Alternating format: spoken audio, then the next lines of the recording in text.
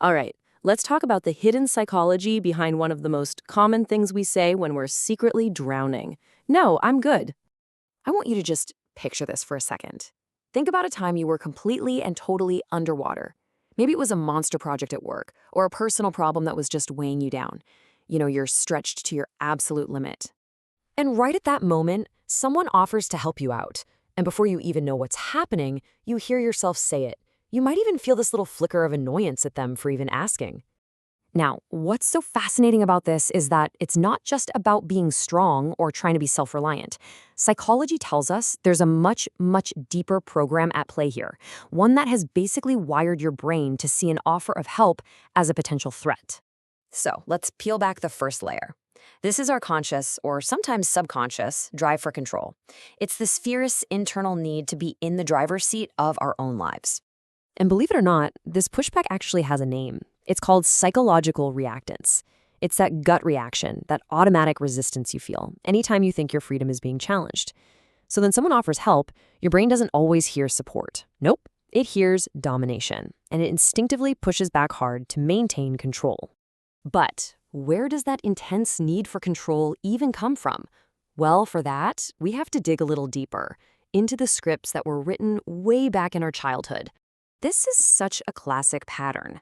It all starts when, as a kid, you learn that help just isn't consistent. Maybe your caregivers were swamped, or your needs just weren't seen as a big deal. So to protect yourself from that sting of disappointment, you learn to just stop asking. And that evolves into an adult instinct. Handling things all by yourself feels fundamentally safer than depending on anyone else. This experience often forges what we can call the easy child archetype. This is the kid who figures out super early on that being no trouble is the absolute best way to navigate their world and just keep the peace. So here's a question to really ask yourself. Did you learn to be incredibly low maintenance just to avoid adding any extra stress to your family? Because if you did, you might have gotten so good at suppressing your own needs that as an adult, you might not even recognize them anymore. And this right here brings us to the absolute core of the whole issue, that deep-seated fear of being a burden. And it often comes from a dangerous mix-up between your value as a person and your usefulness to other people. This is what happens when love feels conditional, when you get the unspoken message that you're only valued when you're achieving something, or helping someone, or being responsible. Because of this, accepting help can feel, it can feel terrifying. It feels like you're taking on a debt that you can never, ever repay. And this just illustrates that internal conflict perfectly, doesn't it? When you're the fixer, you feel safe, you have a purpose, you're useful. But the second you might need to be fixed, your brain flags it as a massive risk. It feels like you're putting your very sense of belonging on the line. And finally, there's one other major factor here: having really high internal standards. I mean, if you have a crystal clear vision for how something should be done, letting someone else touch it can feel like you're just compromising on quality.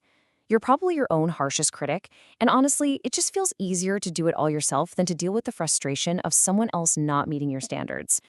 So, okay, after looking at all these layers, it's time for a really powerful reframe. It's about understanding what this internal script was actually designed to do in the first place. So here it is, the most crucial point. If any of this resonates with you, you are not broken. You're not just being stubborn. You are carrying a mind that was brilliantly engineered to survive in a very specific environment. This behavior isn't a flaw. It's a skill honed over years that was meant to keep you safe. And really getting that is the first step toward internalizing this powerful idea. Your right to exist, to take up space, to have needs, it's not something you have to earn by constantly being productive or helpful. It is inherent. It's just yours. And that brings us to our final thought. I really want you to sit with this question for a moment.